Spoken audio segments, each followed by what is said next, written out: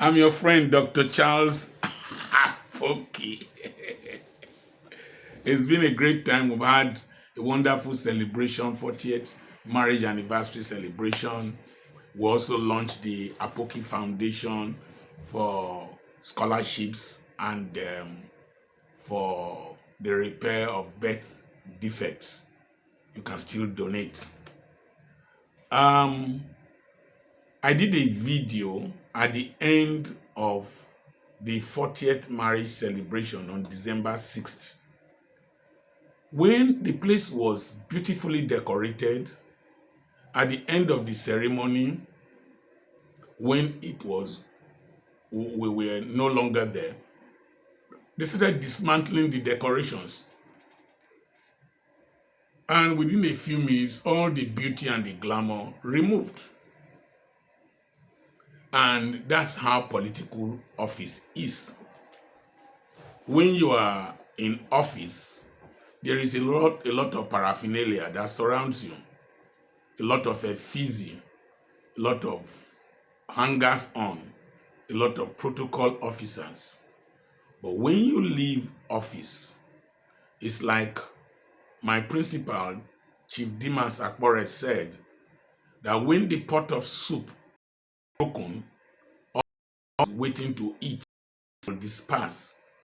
Jomo Idise Akbore, a mariner, was in when he visited a former governor and the whole place was empty, all the cars were gone, all the visitors gone.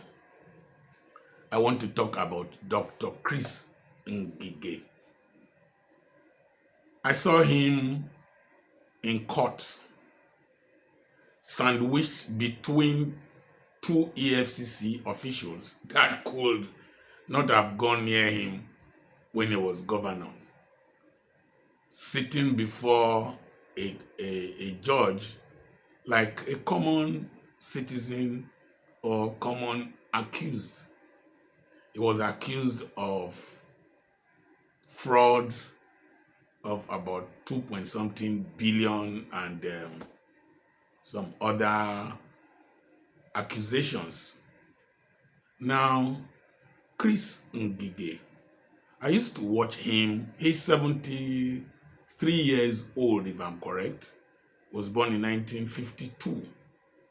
That means he's 7 years older than I am. He was former governor of Anambra State and then Minister for Labor and Productivity. I used to watch him while negotiating with striking doctors, Nigerian Labour Congress officials. There was this air of arrogance, air of we own this country, air of invincibility. And I was telling myself, this is an Igbo man. He does not understand the intricacies of the Nigerian political system. When they will finish with him, they will decorate him or undecorate him like the venue of our 40th marriage anniversary and strip him bare. No matter how you flirt with the system, if you are from some parts of the country, they will strip you bare. Timi Priye Silva has been accused of planning a coup and he has fled. Rochas Okorocha was going up and down with them, and the day they busted his roof and came through the ceiling, he was shouting, Kasongo, yeah. And he was carried away like a common criminal.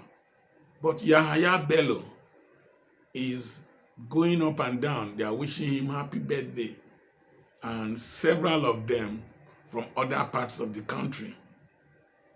So, Chris Ngige, I watched him answering a question from somebody some years back while he was minister.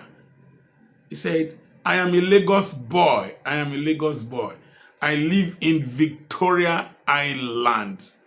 Look at this Kogi boy who lives in Mushin. You are a Mushin boy. If you yab me, I will yab you 10 times. The person said, I defeated you. You see, Mushin boy, Victoria Island boy, Ngige, you are now a Kuje boy. Even if you are declared innocent, at least you spend time in Kuje prison unless they Bobrisky you. So we should learn to be very careful in this country. There are those of you from the eastern part of the country, from the midwestern part of the country, and from all over the country. Look at Malami that was going up and down with the former administration. Look at him being treated like a small child. Anytime I see politicians with all these yakas, woo, woo, woo, and sirens, and they want to intimidate people, I always look at them as potential prisoners. A lot of them in the Senate, a lot of them in the Executive Council, the Executive Council, now part of the Executive, should ideally be in prison. That's why nobody intimidates me in this country. Nobody intimidates me in this country. I'm satisfied with the little I have. I don't know who Ngige has offended. I don't know whose toes he has stepped on. But the judiciary in Nigeria, there are holes in that cloth that goes around the head of the Lady of Justice. Big holes. This. In fact, that lady is using like Osimen's face mask to see very well and score goals against perceived enemies.